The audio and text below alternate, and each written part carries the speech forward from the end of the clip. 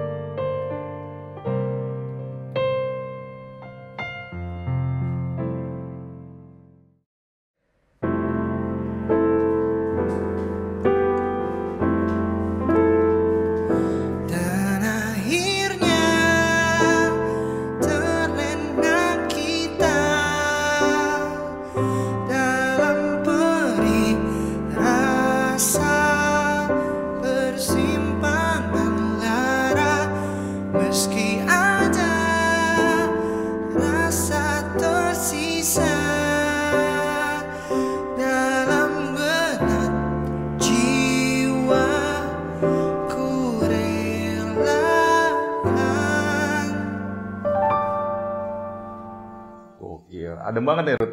Hari ini kita adem. Ya, karena dari lagu Liong. Iya, itu lagu Liong, tadi judulnya Persimpangan Lara. Mantap. Nah, ngomongin tentang Liong, Rut. Gimana? Hari ini kita kedatangan bintang tamu yang spesial nih. Nggak spesial buat gue. Karena udah sering. Menurut gue sih spesial. Kenapa? Nasi goreng, lengkap. Karena namanya sama sama lo, panggilannya juga sama. Itu yang bakal bikin bingung sebetulnya. Bikin bingung ya? Iya. Nah, itu dia. Buat lo semua, gue hadirin hari ini Okin Niko Al-Hakim.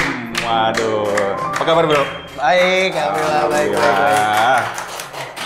Kin, Yo. sebelum panjang lebar mau gue tanya ke lo, gue sebenarnya penasaran ya. Awal gue tahu lo tuh kan pas dari si Rudy bergabung di Liong, terus gue liat Onat, gue udah tahu karena sebelumnya di Kini kan. Nah, Mas Okin nih, nama kembaran nih sama gue, cuman gue belum tahu nih siapa nih Okin ini gitu. Nah coba, lo ini siapa sih Kin? Awalnya tuh, yang jelas waktu pas gue liat IG lo lebih banyak dari 2 orang di Liong ini. Lebih terkenal cuy. Iya, followersnya lebih gila cuy, 1 juta lebih. Nah, tadi aja anaknya si Batak minta foto sama dia kan? Nah, kayak anak kecil aja tahu gitu. Jadi lo ini siapa sih lo? Coba Kin ceritain lo ini berasal dari mana, dari keluarga mana coba? Gue nyokap apa dari asalnya? Boleh, bokap, lahir di. Ya gue lahir di Jakarta. Bokap Jawa, nyokap Padang. Jadi kalau ditanya yang tadi lo tanyain, jadi tuh awalnya mungkin ya gue ngerasanya tuh dulu, gue kan dulu pertama kali ngeband kan, gue ngeband sama 3 orang artis cilik lah. 3 orang artis cilik? 3 orang artis cilik. Siapa aja tuh? Ada Esa Sigit. Oke. Terus ada Reza Palevi, dia main STV gitu, terus satu lagi Brody. Nah, gue inget banget sih waktu itu kan masih zaman main pang-pangan kan, masih main pang-pangan, masih nge-gigs di Javu segala macam gitu-gitu. Nah, akhirnya kan mulai masuk pensi gitu kan. Dan waktu itu masih zaman sosial media tuh Twitter gitu. Nah, gue tuh ngerasa tiap manggung itu gue tuh kecipratan lah followers mereka ya. Saat itu lo masih nebeng nama lah ya sama dia. Nama gue doang yang bukan artis waktu itu ya. Tiap manggung, mereka kan udah punya fans masing-masing lah, karena mereka udah artis cilik segala macam. Ya tiap manggung tuh followers Twitter gue nambah gitu awalnya. Sampai akhirnya pada suatu saat ya gue punya pacar dan waktu itu sosial media udah berambah ke Instagram dan waktu itu masih zaman ACFM namanya. Oh ACFM, ya. Ya biasalah ya, namanya netizen Indonesia kan, orang-orang Indonesia itu suka disuguhin fairy tale. Benar.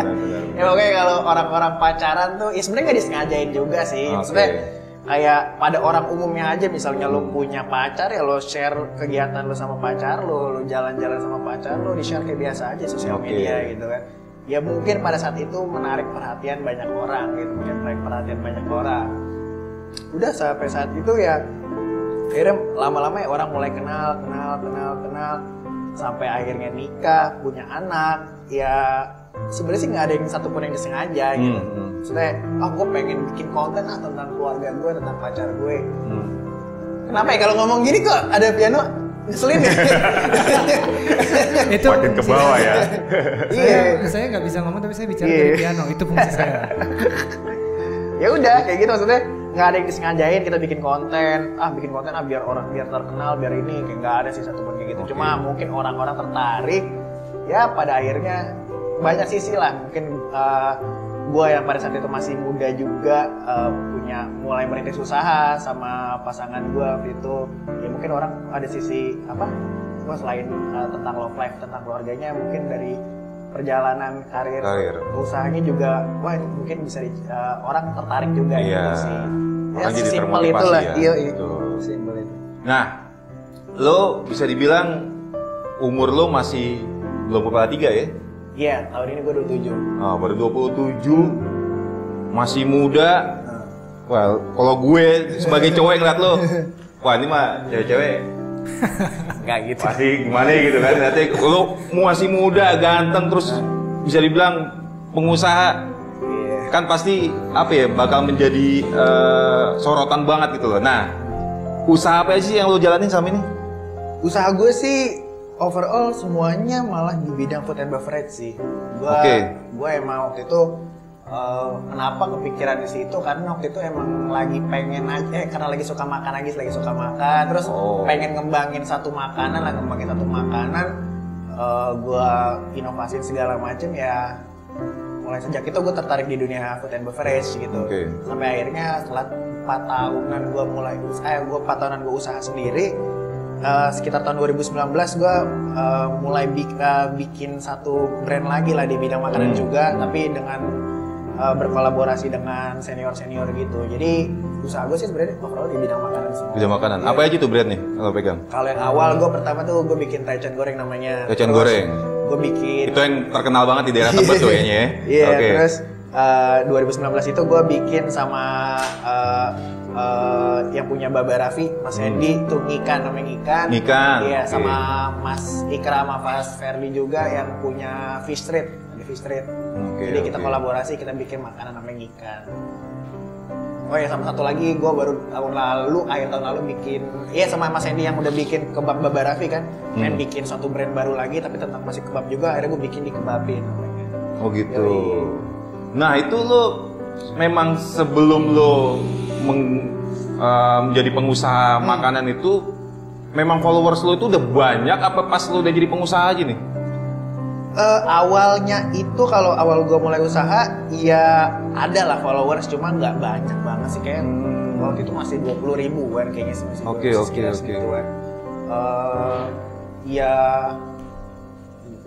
Ya maksudnya nggak yang banyak juga sih awal. Nah terus gue lihat IG lo tuh lo ada bisa bilang binatang-binatang yang nggak layak nih, artinya wah ini orang kayaknya nggak umum nih mau melihara kayak begitu gitu. Ada buaya-buaya dan itu memang lo sengaja, maksudnya emang lo hobi di situ. Jadi gue emang basicnya dari dulu tuh suka banget binatang. Gue jadi om gue tuh dulu punya anjing gitu kan banyak. Terus kalau main ke rumah nenek gue juga punya anjing. Gue dari suka banget sama anjing sebenarnya. Cuma nyokap gue kan nggak bolehin, nyokap bokap nggak boleh pelihara anjing kan.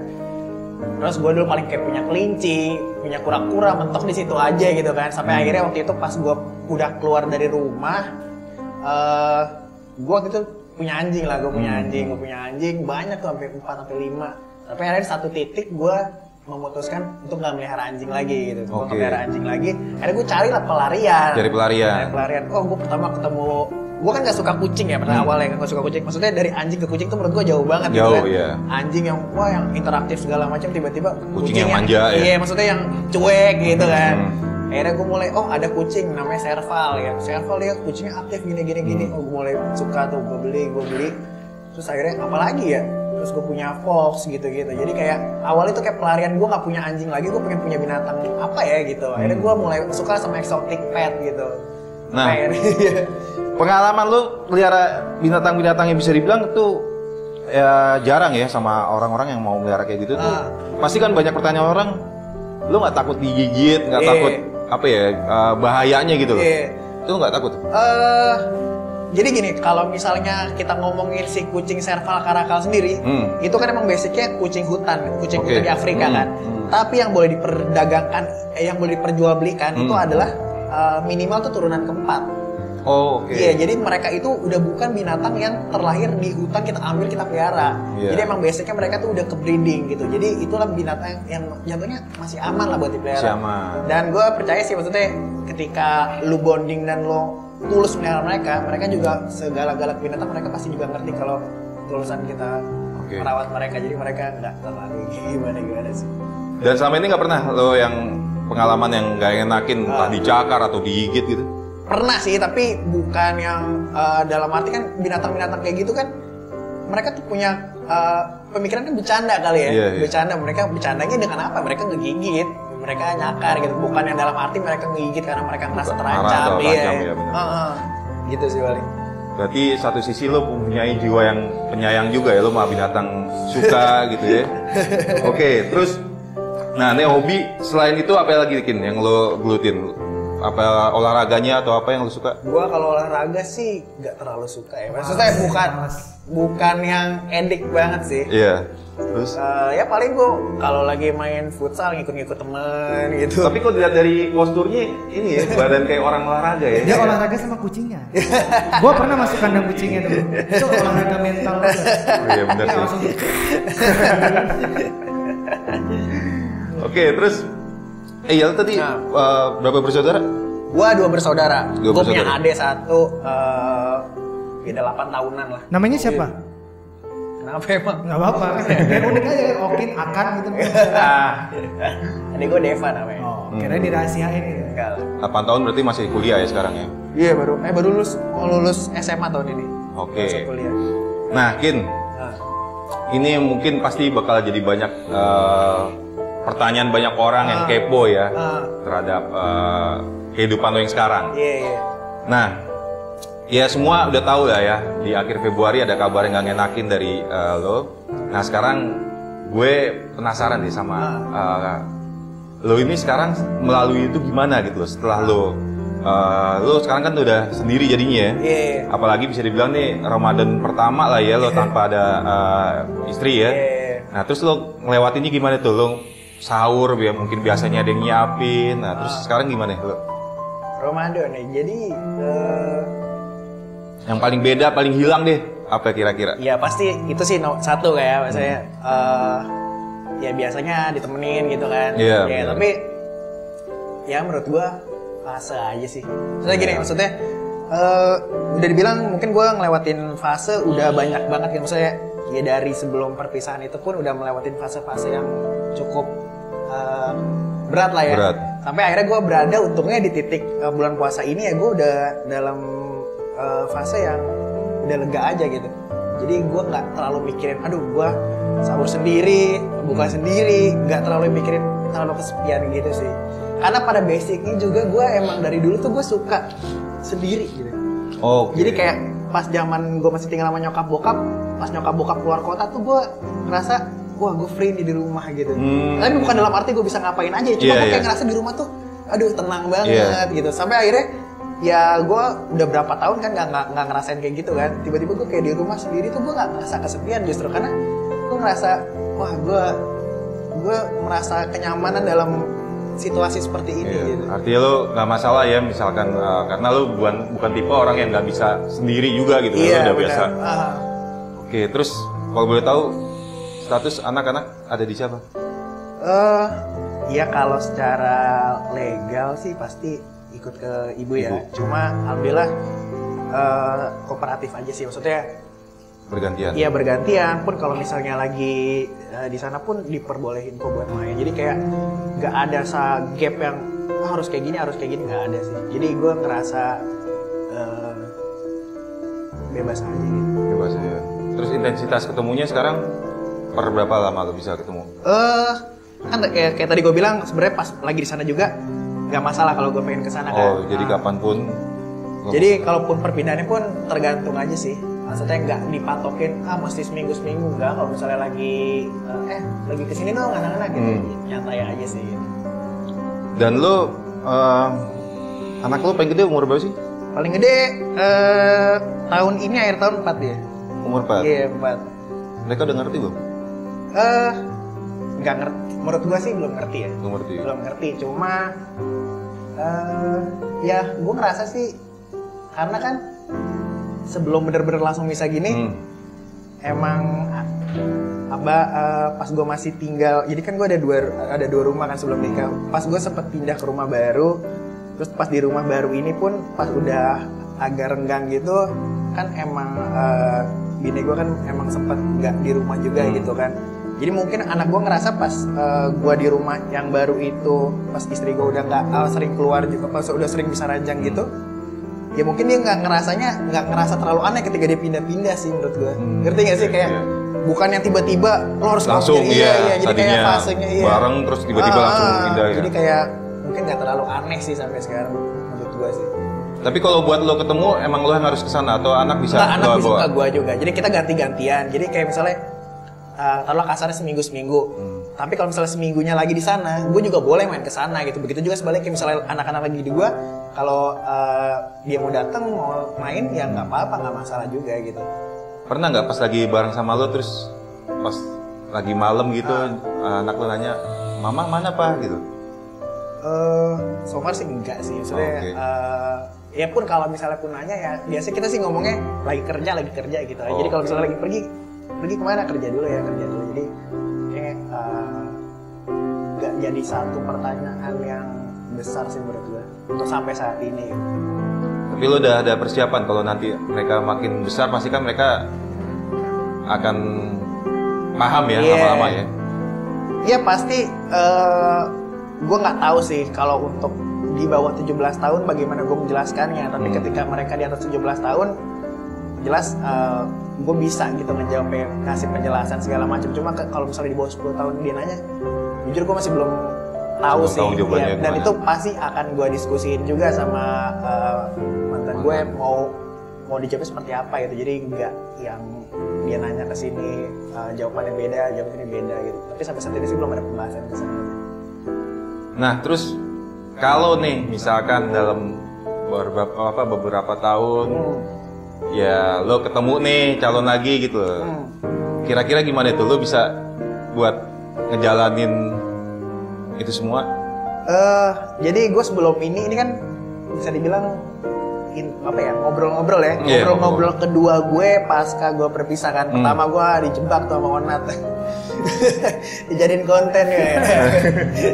Nah waktu itu gue bilang di situ, gue nggak bakal nikah minimal sampai 10 tahun lagi. 10 tahun means anak gue, 10 tahun lebih sih. Maksudnya gue nggak pengen gue ada di rumah bersama seorang wanita dan anak gue ada di tempat itu gitu. Jadi kayak gue ngebayangin kayak ini siapa lagi ya gitu kan.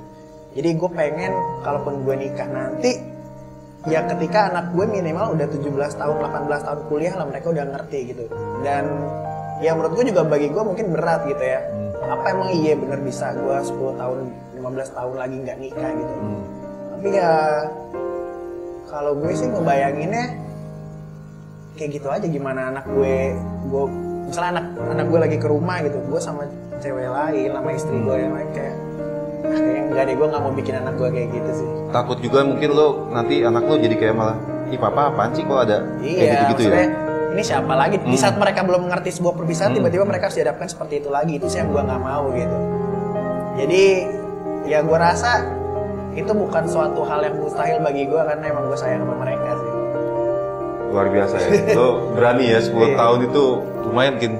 Artinya lo sekarang 27. Means itu sebenarnya dalam arti berumah tangga ya. Berumah tangga. Kalau misalnya menjalin hubungan, ya mungkin nggak kayak 10 tahun juga. Cuma gue yang jelas gue nggak akan mengenalkan mereka ke anak-anak gue sih. Jadi lo benar-benar menunggu momennya di mana mereka harus sudah siap dulu ya. Benar. Buat kayak gitu. Nah, ini juga Kin. Bisa dibilang lo kan minum ya? Iya. Oke, kita minum dulu ya. Udahan dong mainnya. Kenapa sih? Takut dia nangis kan? Aneh aja. Oke, kita lanjut ya. Nah, lo bisa dibilang ya sebagai couple yang goals ya dulu itu orang-orang pasti kan ya banyak banget ini yang menganggap lo ini sebagai pasangan yang wah ini gue bakal begini banget nih nanti. Nah, dengan kejadian ini beban nggak buat lo? Sebenarnya dari dulu juga ketika gue ditanya ketika orang ngomong sama gue kalian couple goals, sebenarnya menurut gue sih jangan beranggapan seperti itu ya. Karena sebenarnya gini sih, yang namanya sosial media itu kan emang tempat kita menunjukkan sesuatu yang bahagia kan. Betul. Iya kan. Maksudnya semua orang pun gitu. Misalnya mereka lagi senang, mereka lagi jalan-jalan, mereka lagi ngerasa fun, itulah yang diupdate, yang kita posting di sosial media, bukan dalam konteks kita membuat sebuah pencitraan ya. Misalnya, gue pengen dilihat gue tuh orang yang bahagia gitu. Terus kita uploadnya yang bahagia aja. Tapi kan emang sosial media kan pada dasarnya seperti itu gitu kan. Pun kayak misalnya ngeposting anak-anak segala macam ya bukan karena gue pengen mengkontenkan mereka misalnya gitu kan. Karena ya biasanya namanya ibu-ibu bapak-bapak ya anak di-share aja gitu, yang bahagia-bahagia di-share gitu. Jadi ya emang namanya semuanya emang gak ada yang 100% goals lah ya. Maksudnya gak ada 100% yang benar-benar bahagia gitu. Pasti semuanya ada seluk-beluknya, ada ininya gitu. Lagi namanya sebuah hubungan tuh ya apa ya, udah ada yang atur juga ya gitu. Iya, bisa. Karena kan bisa dibilang apa yang lo dapetin ini, mau itu musibah, mau itu rezeki apa segala, cuma udah ada yang atur ya. Iya. Bagaimana caranya aja kita bisa bertahan di sana, keluar dari sana dengan baik ya. Cuma ya mungkin pasti ada lah ya juga pasti yang nge-DM atau apa yang mungkin ngungkapin rasa kecewanya atau apa gitu. Iya, maksudnya ya gue emang waktu itu gue sempet sampai sekarang malah sampai detox sosial media, dalam arti gue nggak bacain DM, gue nggak bacain komen-komenan, sampai ya pasti sih banyak aja sih yang nyerang-nyerang gitu kan. Cuma ya kalau bagi gue sih nggak bisa gue masukin ke hati sih. Iya. Apalagi netizen kan mulutnya iya, asal aja mereka nggak tahu kita ya. Mau kita ngebenerin juga ya jatuhnya gue takutnya jadi drama aja sih kan. Mau misalnya kita klarifikasi, misalnya ada statement A, terus gue ngerasanya statement A nggak bener gitu, terus gue klarifikasi sama kata-kata gue, terus kata-kata gue pasti nanti bakal ditiban lagi, nggak kayak gitu, nggak kayak gitu, nggak ada kelarnya gitu. Jadi gue ya lebih cuek aja lah ngadepin semuanya gitu.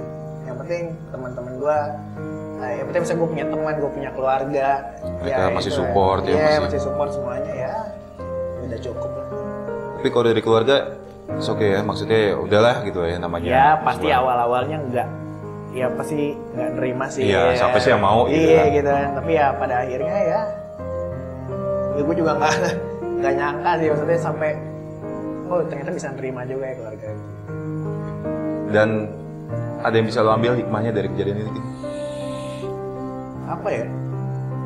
Mungkin lo bisa menjadi lebih dewasa dalam menghadapi. Ya, secara diri gue pribadi pasti banyak banget kan pelajaran-pelajaran, kesalahan gue. Ya mungkin itu yang dibilang bikin kita dewasa, yang dewasain diri kita ya. Pengalaman guru terhebat segala macam kayak gitulah yang gue rasain. Ya mungkin ini yang bikin gue dewasa gitu. Betul. Mudah-mudahan ini ya cepat bisa membuat lo menjadi lebih baik lagi lah ke depan ya. Pasti. Nah terus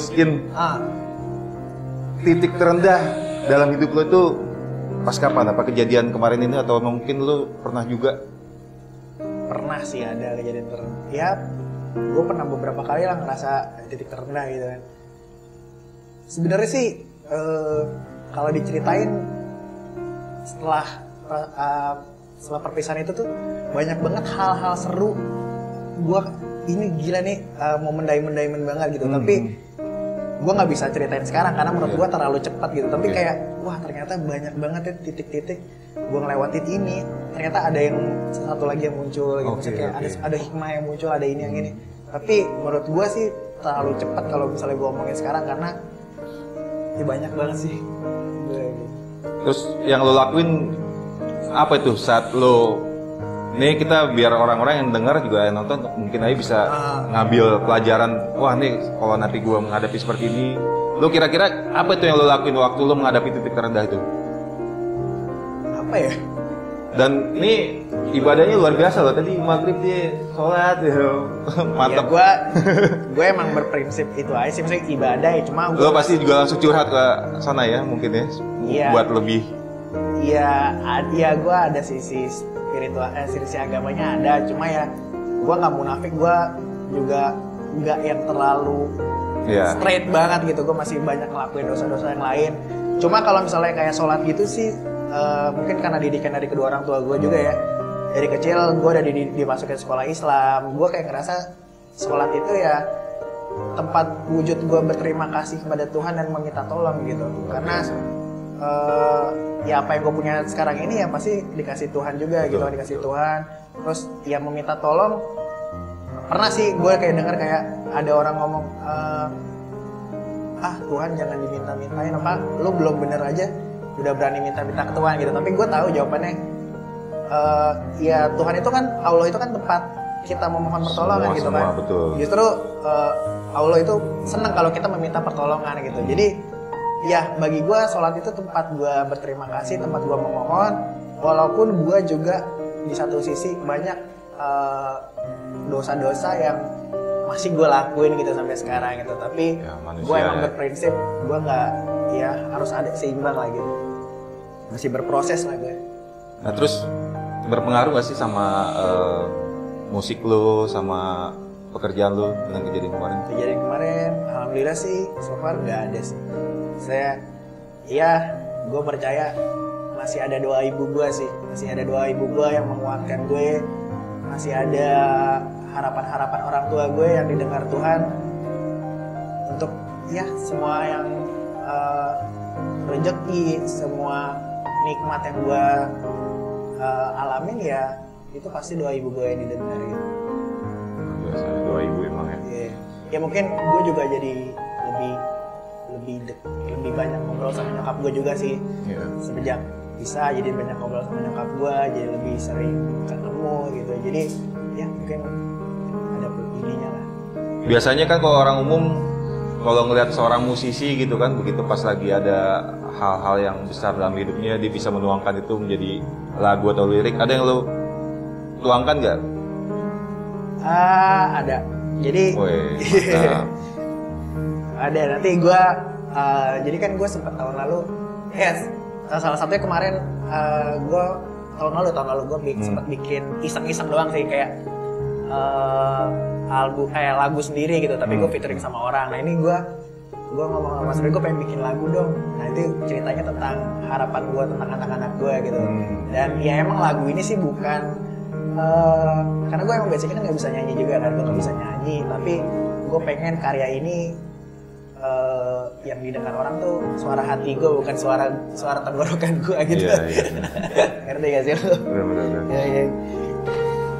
Terus titik baliknya untuk lo bisa tetap semangat nih apa gini? Pasti anak lah ya mungkin ya. Anak. Selain itu ada mungkin hal kayak dengan Liong, dengan band-band lo yang lain. Lu juga ada band lain ya selain Liong ya? Gua band lain tuh band ini doang. Jadi kan kita event nggak ada kan selama setahun ini kan. Terus akhirnya gue, masa sih gue setahun nggak ngeband. Akhirnya gue bikin band reguleran mas. Bikin band-band kayak band di kafe gitu. Ya buat iseng-iseng aja, mungkin buat healing gue juga ya. Ketika gue malam-malam ngerasa, kalau di rumah mungkin gue ngerasa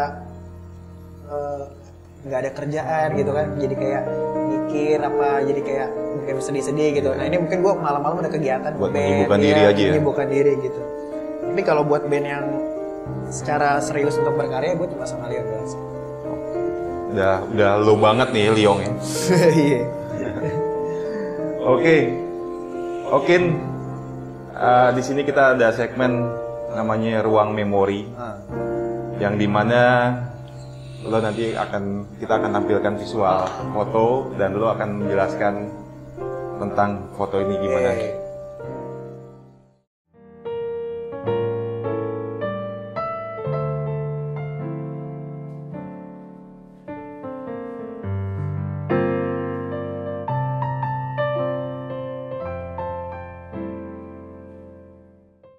Oke. Coba jelasin dari foto ini. Gak usah sedih-sedih juga, ini gak perlu sedih anjir. Ini band gue terakhir sebelum Liong. Oh sebelum Liong ini? Jadi waktu itu gue sempat punya band sama teman-teman gue. Waktu itu udah sempat dipegang lah sama manajemen band gitu lah. Ada band bikin manajemen. Terus udah ya titik ininya sih udah sempat bikin album, udah sempat bikin album kan, bikin album full satu album yang bener-bener niat banget. Waktu itu sempat kayak masuk label apa masuk apa gitu kan, sampai akhirnya gue daripada gue ngutang sama orang, ya udah deh gue berani mengeluarkan duit gue pribadi gitu. Sampai akhirnya pas udah jadi, salah satu dari sini cabut. Dan titik fatalnya itu orang pentingnya gitu. Jadi ya udah albumnya hangus begitu saja. Ya. Ini lo sebagai basis juga di sini? Iya, sebagai basis gue di sini. Apa nama bandnya? Ini Ops. Jadi temen gue ini namanya Padang kan. Jadi sebenarnya gue dulu pernah bikin jadi Okin Padang side project, dari namanya Ops Project gitu. Sampai akhirnya ada yang gabung. Ya udah. Bubar di tengah jalan. Oke. Next. Nah, basis banget ini. Jadi gue apa ya, SMP kali ini, SMP. Jadi nggak tahu ya, gue lupa sih sebenarnya gue kenapa foto kayak gini ya. Kan anak pak. Iya. Tapi ini bass pertama yang dibeli sama nyokap gue sih. Waktu itu hadiah ulang tahun gue. Gue nyesel juga sih sempet gue jual anjir. Oh, lu jual? Gue jual karena waktu itu pengen ganti kan. Tapi ya gue ini bass pertama yang beli nyokap gue pas gue ulang tahun. Jazz bass Meksiko. Tapi gue lupa sih foto pas kapan. SMP lah ya, SMP kira-kira lah, ya. SMP.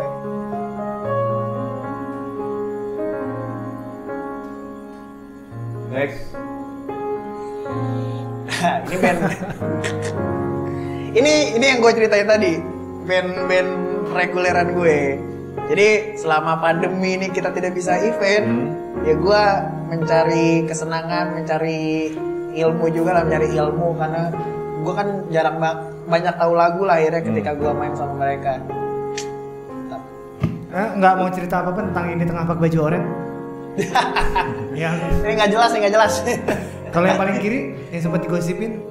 Enggak, gue nggak pernah digosipin sama dia. Enggak kan lo ngepost terus rame gitu kan? Oh, enggak lah, gue nggak pernah digosipin. Teman-teman gue semua nih.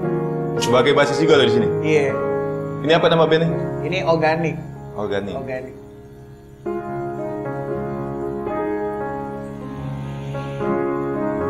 Next.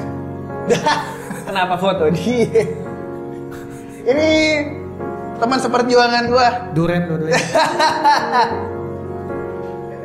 Teman seperjuangan gua ya. Nah, kita dari sama-sama satu circle terus takdir berkata sama dan sama-sama berpisah di tahun yang sama. Oh. Tahun yang sama?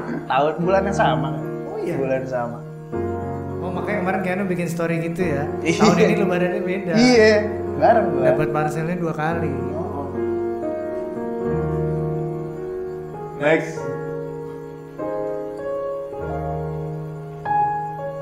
Woi. Ini pasti sebelum pandemi lah ya. Iya, ini manggung pertama Leon ya. Manggung pertama cuy. Oh iya. Ini manggung pertama. Yang si Onat lupa lirik semua itu. Ini lirik semua nih. Lo pikir ini setlist? Lirik ini. Ini manggung pertama cuma gue lupa di daerah mana. Kayaknya ini Ciracas. Ciracas. Waktu itu budget terendah kita juga ya. Ya. Titik terendah kita itu. Ditawarin segini. Ya udahlah buat pecah telur kita. Ya udah akhirnya kita sikat. Panggung pertama sekitar bulan Agustus kalau nggak salah. 2019. Panggung pertama Leon. Emang udah ada berapa lagu waktu itu? Ini 1 apa 2 ya? 1 ya?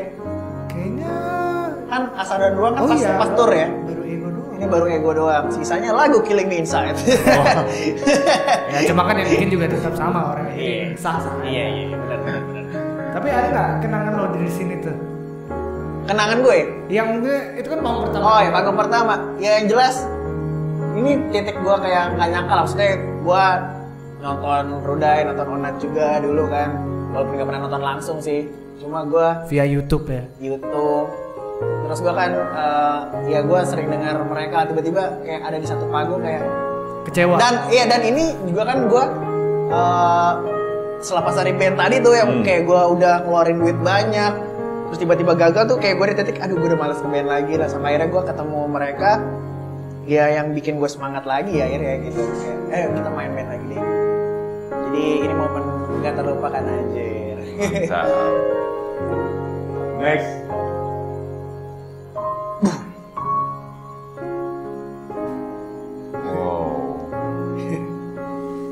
tahun pertama gue sendiri. Oh, pas kemarin, bulan kemarin ya.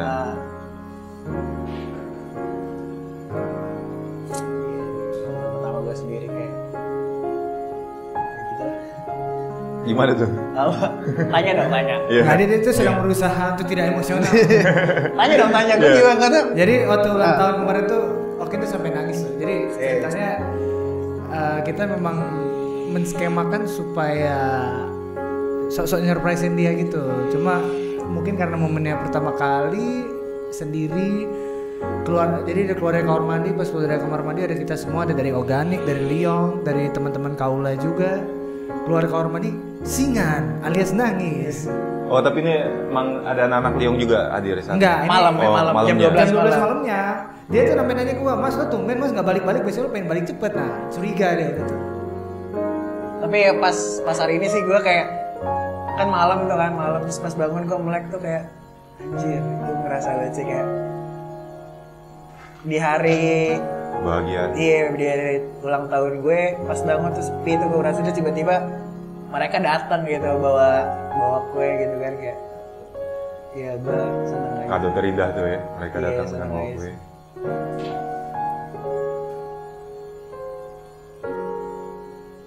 Ada lagi? Apa cuma mau meratapi lagi? Ya kalau ditanya gue jawab. Terus ini momen ulang tahun yang ke-27 Kin ya? 27. Dan luar biasa ya anak lo.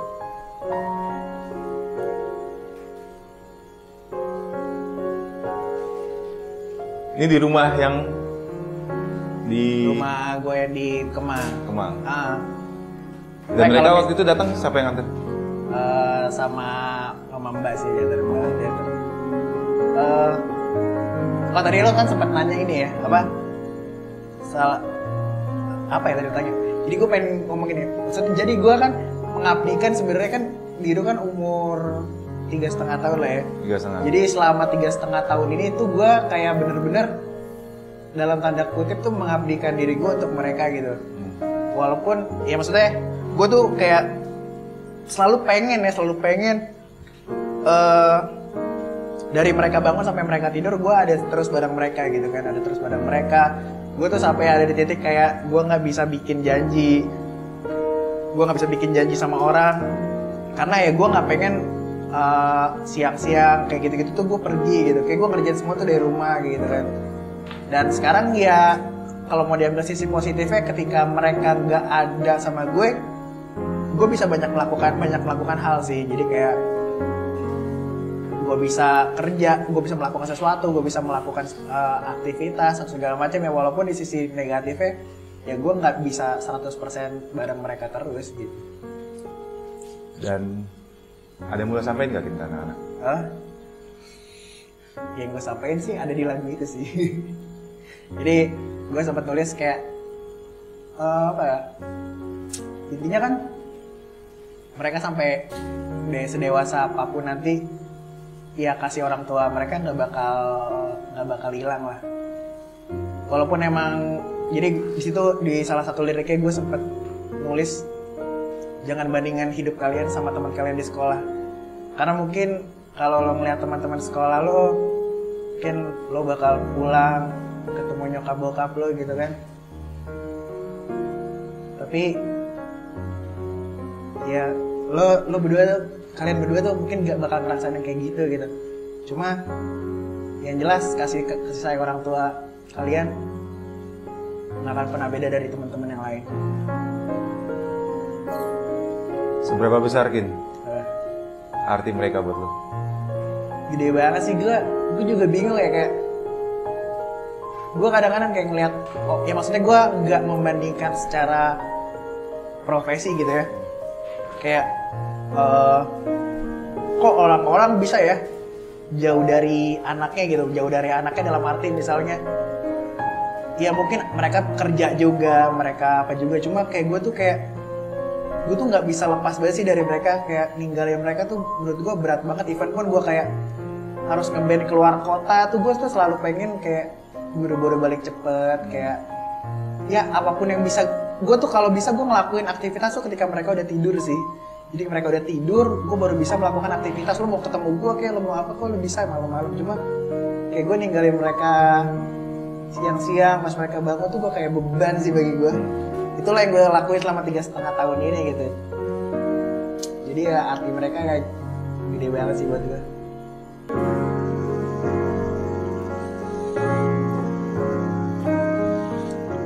Oke, buat penonton Ruang Lirik with Rudy, buat lo yang punya cerita yang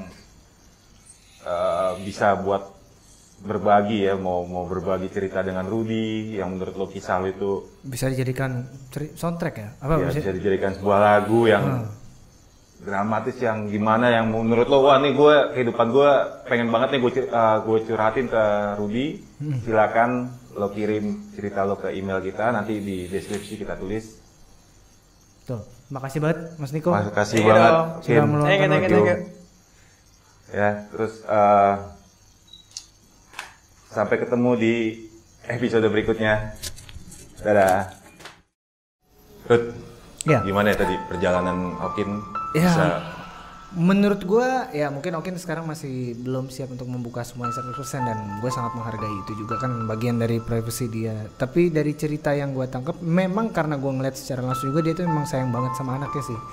Jadi dia secara khusus emang berapa hari yang lalu tuh ngirim kayak puisi ke gue, bukan puisi, pokoknya dia ngirim dia pengen bikin lagu tapi dia nggak bisa bikin lagu.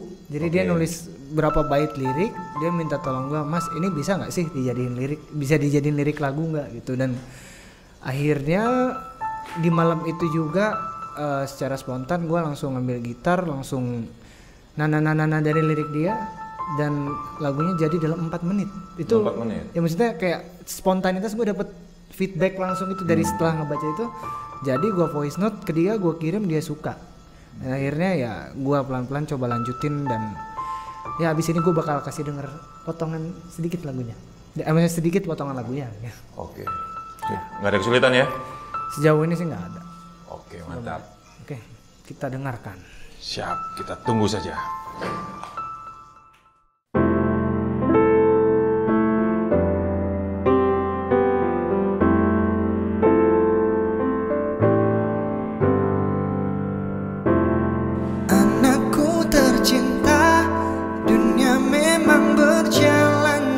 Semestinya, namun bukan alasan hidupmu tersiksa. Cinta orang tua kan ada selamanya. Jangan bandingkan hidupmu dengan teman di sekolah. Aku telah bersumpah kasih sayang kita takkan pernah salah. Walau aku punya salah, bisa ku merubah, tapi tenang kita